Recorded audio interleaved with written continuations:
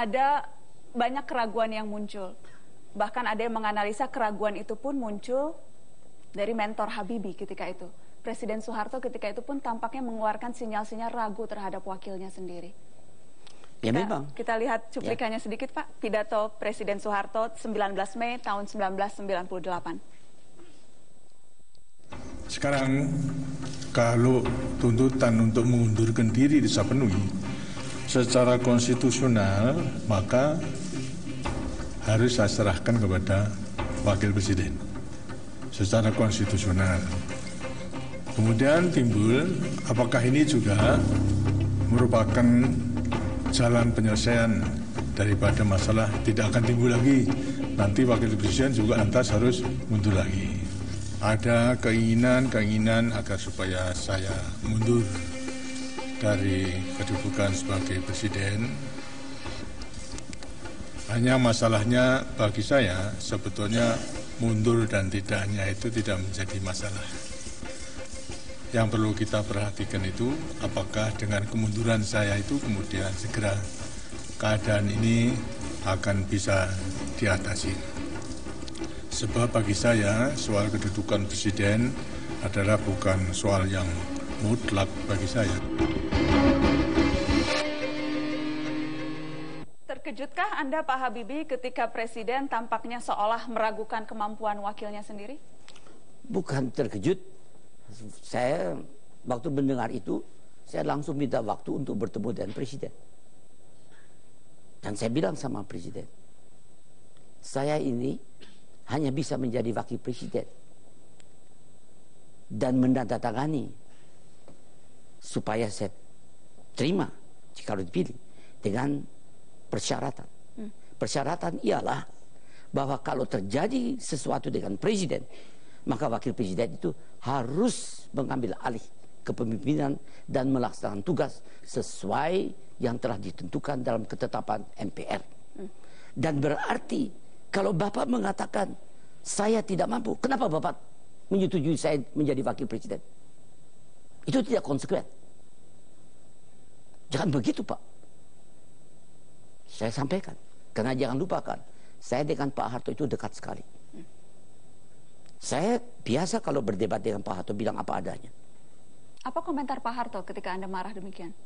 Dia ngerti saya, dia diem. Dia diem. Jangan begitu Pak.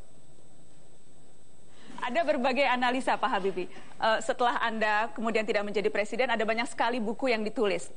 Terutama juga buku yang spesifik menulis soal menganalisa hubungan Presiden Soeharto dengan Presiden B.J. Habibie. Salah satu analisanya adalah ketika itu sesungguhnya Pak Harto menginginkan Pak Habibie juga ikut mundur bersama dirinya. Mungkin dia inginkan, tapi itu melanggar undang-undang dasar. Karena saya menandatangani di depan wakil-wakil rakyat di MPR. Disaksikan juga oleh Presiden terpilih.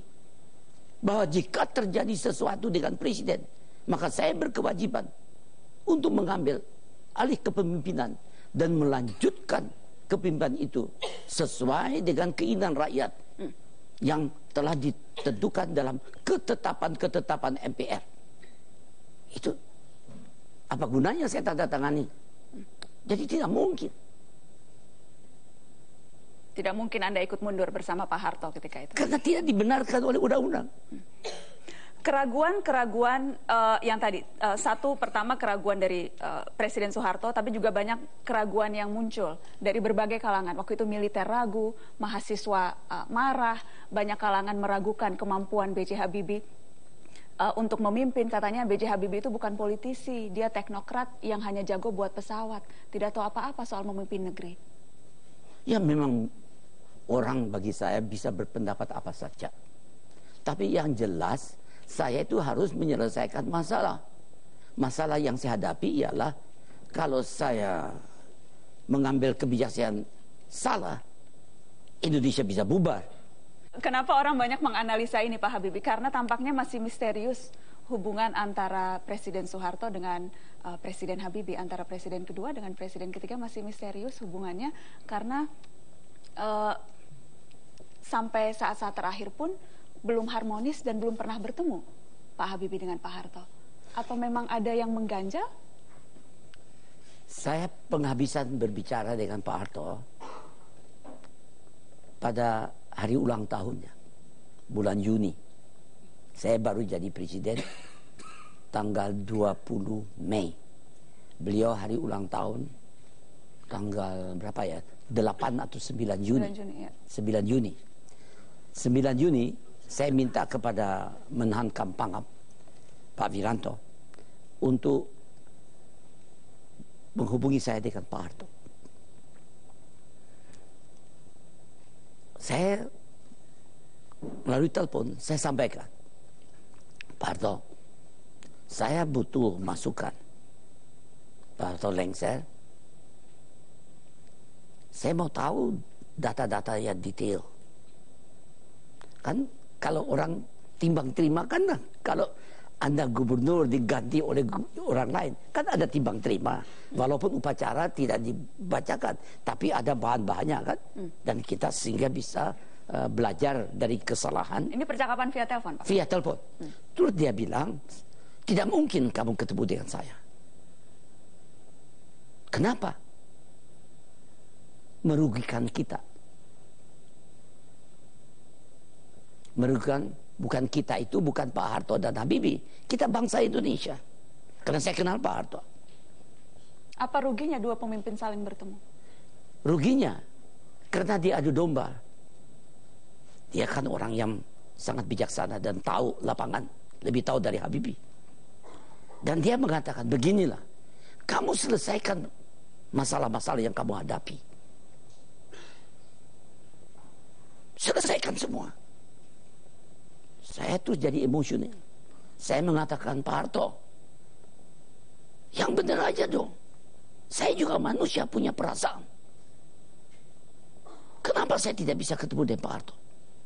Itu dia bilang, Habibie, saya tahu kamu anak yang soleh. Kamu sholat 5 kali sehari. Saya juga. Tapi kamu harus tahu satu. Tiap kali saya sholat. Tiap kali saya sholat, Habibie, saya doa untuk kamu. Supaya kamu selamat dan sukses. Laksanakan tugasmu. Terus dia bilang, terima kasih Pak. Saya letakkan itu, saya nangis. Yang saya Ainun lihat semua. Sempat beberapa kali ada upaya Pak Habibie untuk menemui Pak Harto, tapi itu selalu tidak terlaksana, Pak. Ya, karena saya rasa yang penghabisan waktu beliau sakit, saya ekstra datang pinter dari lapangan terbang, saya langsung ke rumah sakit. Kebetulan di rumah sakit itu, di situ ada Pak Quraisy. Pak Quraisy dengan Pak Muladi mendampingi. Pak Harto tidak dalam keadaan sadar. Saya tidak diperkenan masuk. Akhirnya saya sampaikan, look, saya datang berapa juta meter dari Jerman dengan pesawat terbang dengan ibu. Keadaannya sakit, saya sendiri tidak begitu sehat, ibu apalagi. Baiklah, di belakang dinding itu berbaring Pak Harto. Hanya berapa meter? Kalau saya ngitung 1 meter bukan 1 juta, sekian promil. Jadi berarti, baiklah, saya bilang sama Pak Quraisy, kita tolong doakan untuk Pak Harto. Saya dari sini saya doakan untuk Pak Harto dengan Ainun. Tapi tidak bisa bertemu langsung. Ya tidak bisa karena dia kan masih punya anak dan keluarganya. Keluarganya yang tidak memperbolehkan Anda menemui Pak Harto. Ya siapa? Karena Pak Harto nggak bisa bicara. Kalau dia masih sadar, Anda yakin Pak Harto akan mau menemui Baharudin Yusuf Habibie? Saya yakin dia akan menjawab. Kalau dia tidak mau, kenapa? Kalau dia mau, dia bilang silakan masuk. Pak Habibie, seberapa sulit ketika itu menurut Bapak proses atau upaya membuktikan bahwa Habibie bukan kroni Soeharto? Atau memang Pak Habibie tidak pernah merasa perlu repot-repot membuktikan bukan kroni? Saya tidak perlu. Ada pepatah,